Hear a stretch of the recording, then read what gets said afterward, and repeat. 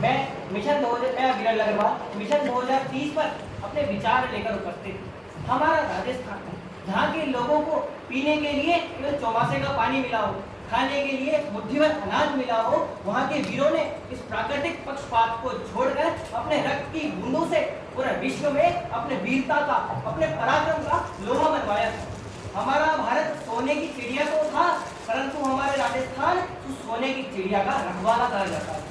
आज हम सभी 21वीं सदी में विराजमान हैं और 21वीं सदी भारतीय सदी होगी, इसमें किसी का कोई संदेह नहीं है।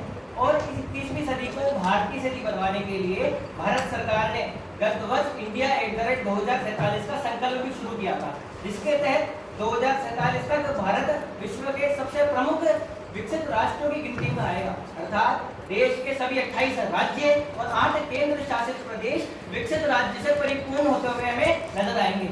और इसी कड़ी में 22 अगस्त 2023 को हमारे यशस्वी मुख्यमंत्री जी माननीय अशोक गहलोत जी द्वारा मिशन 2030 की शुभारंभ किया गया। इसके तहत उन्होंने संकल्प लिया कि जहाँ 2047 में पूरा भारत विकसित होने वाला है, तो उससे 17 वर्ष पहले ही हमारे राजस्थान को विकसित के रूप में स्थापित करूंगा, विकसित राज्य के रूप में पूरे भारत का नंबर 1 प्रदेश बनाने वाला हूँ।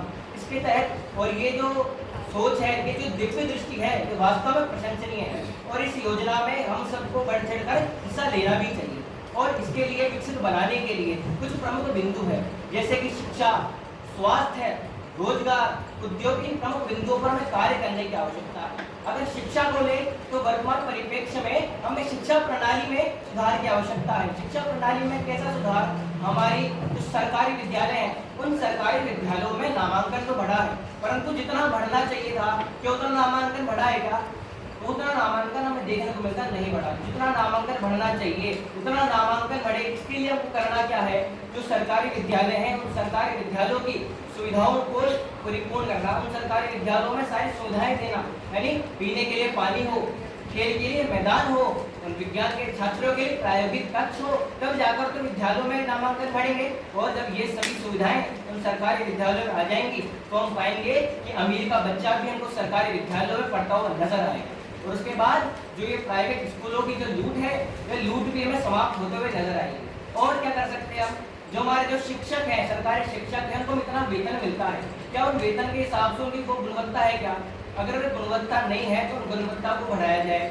वर्ष में 1 या 2 बार उनकी ट्रेनिंग कराकर उनको उनकी गुणवत्ता को बढ़ाकर हम और भी अच्छा कार्य कर सकते हैं। और जो विद्यार्थी हैं उनको विज्ञान केंद्रित करें। अभी क्या होता है, विद्यार्थी केवल पढ़ाकू पढ़ाई का किताबी कीड़ा बनकर रह जाता है। उस किताबी कीड़े से हटाकर उसको बाल्यकाल से ही, छोटी कक्षा से ही उसको टास्क दिया जाए और वो विज्ञान से अपना रुचि बढ़ा सके। इसके बाद जो हमारा जो पाठ्यक्रम है, वो पाठ्यक्रम विद्यार्थियों को बहुत अच्छा बढ़ा देता है। वह उसको साइंटिस्ट बनाने के योग्य तो बना देता है, परंतु वह साइंटिस्ट एक अच्छा व्यक्ति बन सकता है क्या? क्या वह केवल किताबों से अच्छा जीवन व्यतीत कर पाएगा क्या? इसके लिए हमको पाठ्यक्रमों में एक नैतिक शिक्षा का पाठ भी जोड़ना चाहिए, जिससे वह व्यक्ति बड़ा होकर एक अच्छा इंसान भी बनता है।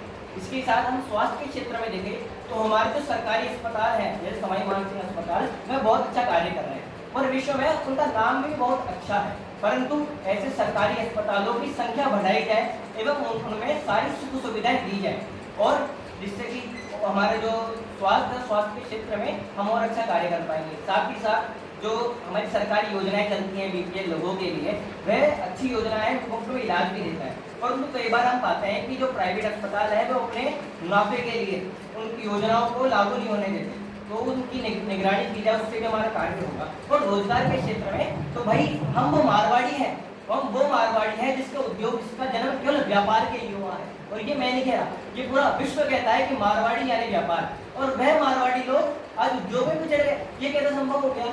क्योंकि हमारे लोगों ने उद्योग के बारे में सोचना बंद कर दिया। हमारे लोगों का केवल एक उद्देश्य हो गया, हमारे युवाओं का केवल एक उद्देश्य होगा कि 11वीं 12वीं कर ली, कॉलेज कर ली, सरकारी नौकरी कर ली। क्यों भाई? उन युवाओं को 11वीं 12वीं से या विद्यालय के बाद से उनको स्किल योजना कराया जाए, हाथ का पोषण सिखाया जाए, ताकि वे एक अपना इंटरव्यू बनाकर एक खुद का ही रोजगार बनाकर वे रोजगार देने वाले बने, ना कि रोजगार लेने वाले। और हमारी महिला सुरक्षा की बात करें तो हमारा राजस्थान वीरों की धरती तो है ही, परंतु हमारा राजस्थान तो वीरांगनाओं की धरती की है। हमारी वीरांगनाएं तो वो वीरांगनाएं थी जब खुद की सतत्व की बात आई तो उन्हें सामने वाला दुश्मन को सर को धरती पे अलग कर दिया था। और वही और अंत में मैं ये कहना चाहूँगा कि हमारा भारत, जैसा कि हम सब ने देखा कि अब विश्व गुरु बनने की ओर है, जैसे G20 की अध्यक्षता हो या फिर किसी भी वैश्विक अंतर्राष्ट्रीय मुद्दे पर सब लोग भारत की तरफ नजरें टिकाए रहते हैं और हमारा राजस्थान में धीरे धीरे प्रगति कर रहा है। तो इसके लिए कुछ पंक्तियों के माध्यम से मैं आगे कुछ बैकग्राउंड दूंगा कि अरुण गगन पर प्रखर ज्योति का अभी ये मंगल गान उठा, करवट बदली अंगड़ाई, सोया हिंदुस्तान का। जय हिंद, जय भारत, जय जय श्री राम।